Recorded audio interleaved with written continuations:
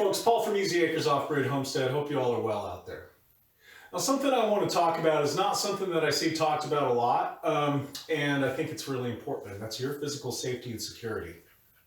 Now, those of us who live off-grid, we take a lot of things into our own hands, our food, our water, even our energy supply. But one thing I see not a lot of people taking into consideration is their own physical safety and security. This is my friend Ted Foltz.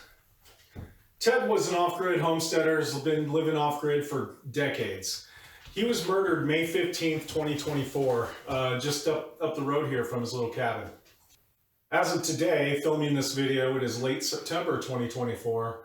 The murderer of Ted Foltz has not been identified, nor are there any strong suspects.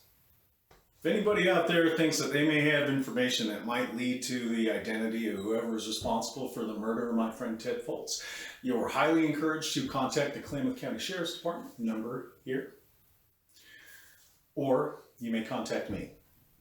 Anything you tell me I will keep in the strictest of confidentiality, and there is a cash reward for information leading to the apprehension of the murderer.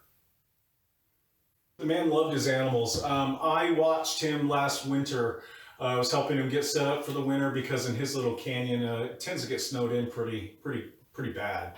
But I was helping him get set up, and I watched him give his last chicken, the last meat that he had, to his dogs. He had 3 dogs, two of which were shot with him, one of which died.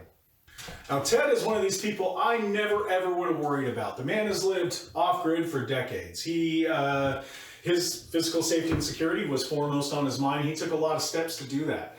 So it was one of those things that when it happened, it made me realize if it can happen to Ted, it can happen to anybody. I'm really going to miss my friend Ted. So just like you take responsibility for your own food supply, your own water supply, in a lot of cases your own energy supply, you need to take accountability for your own physical security and safety while living off-grid.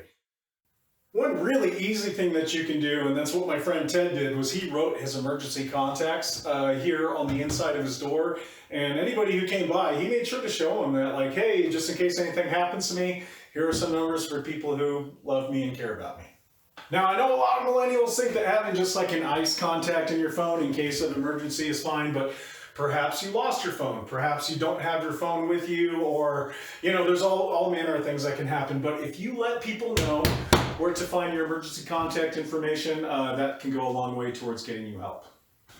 Now, one easy way a lot of off-gridders can increase their physical security is adopting some good situational awareness. Situational awareness being aware of what's going on around you, being aware who your neighbors are, what they drive, if they have people coming in or out. These are things that you're going to want to know.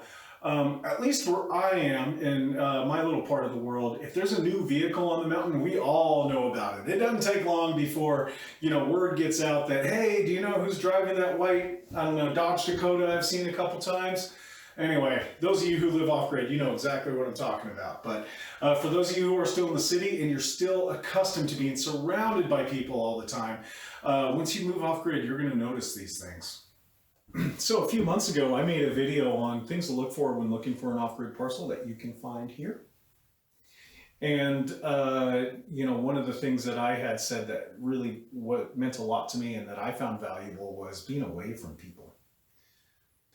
This area is rather crowded. It is very large tracts of land divided up into 2, 5, 10 acre kind of parcels.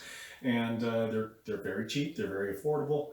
However, there's a tremendous amount of squatting that goes on around here. I knew a lady who bought herself a nice 40-acre parcel just about an hour north of where I am right now. And she was telling me that she was really excited. She had just, you know, qualified for her retirement, bought herself a nice 5th-wheel trailer and everything, and then moves to the property and finds like a circle of caravans, of trailers there, people squatting on her property. She is a single retired female and needed some, let's call it assistance in getting these people, let's say encourage these people to move on. You really have to remember, not everybody who's deciding to live off-grid is doing so for reasons, you know, based in self-sufficiency or because they, you know, want to live a slower, more deliberate lifestyle. In a lot of cases, these are criminals. There is a tremendous amount of drug use, criminality, theft, within some of these off-grid communities that you need to be aware of. Now, I'm not telling you all this to try to dissuade you from living off-grid. Anything but.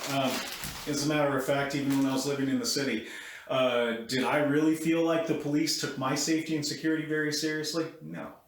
Now, living off-grid, where my physical safety and security is my responsibility, I know it's in the hands of somebody who actually cares.